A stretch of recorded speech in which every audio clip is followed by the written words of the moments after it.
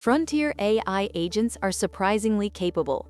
They can plan out a task, write code, and get real work done with very little human involvement. But what actually turns a language model into an agent? There are a few specific pieces under the hood. Let's cover 5 terms you need to know about agentic AI. We'll start inside the agent, the parts that shape how it behaves. At the core of every agent is a large language model. That's what generates text and does the reasoning. But on its own, a model is just a conversational partner. What turns it into an agent is the instruction layer wrapped around it. That brings us to term number 1, agents.md.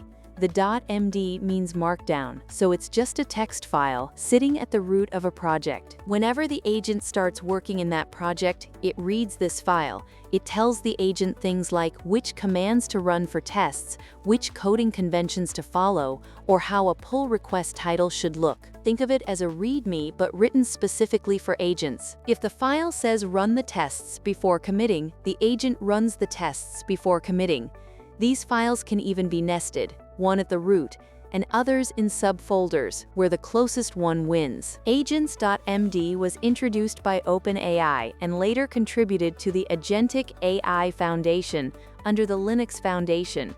One wrinkle: some agents use a different name. Claude, for example, calls its file claude.md, but it's the same idea. Now, agents.md is read every time the agent starts.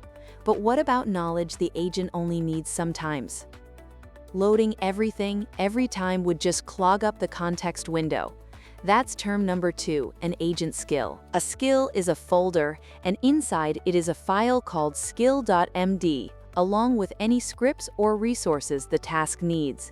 The file contains a short description that tells the agent, invoke me when the user wants to do X. If the request matches, the agent pulls the skill in. If it doesn't, the skill just sits there, taking up no context. Agent skills are an open standard supported across multiple platforms. So agents.md shapes how a project works, and a skill teaches the agent how to do a specific kind of task. Our agent now knows what to do. But doing things means reaching outside itself, to APIs, databases, developer tools, and SaaS platforms. The problem is, every one of those has its own interface. Without a standard, every agent would need a custom connector for every tool. That's term number 3, MCP, the Model Context Protocol.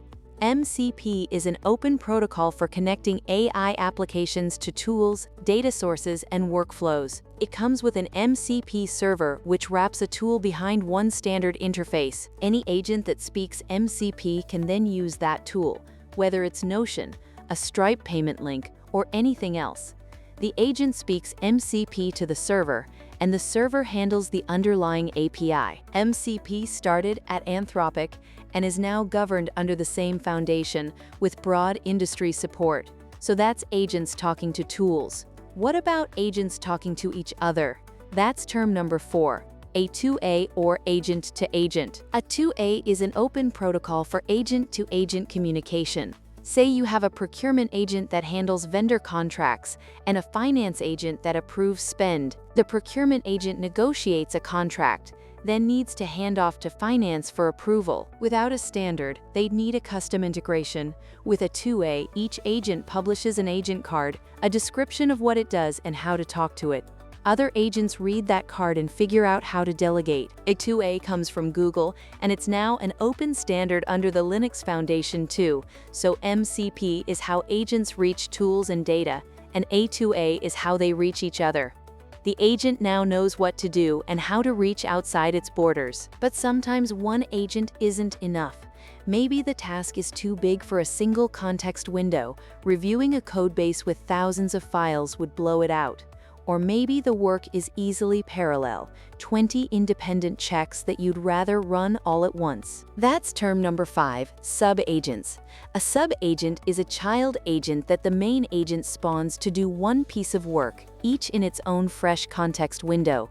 It does its job and returns a result. The parent could tell a sub-agent, go read 500 files and hand me back a summary. That keeps the main agent's context clean. And you can run many in parallel. 20 agents, 20 independent checks at the same time. Sub-agents don't have a formal standard yet, but the pattern shows up almost identically everywhere. A parent spawns children.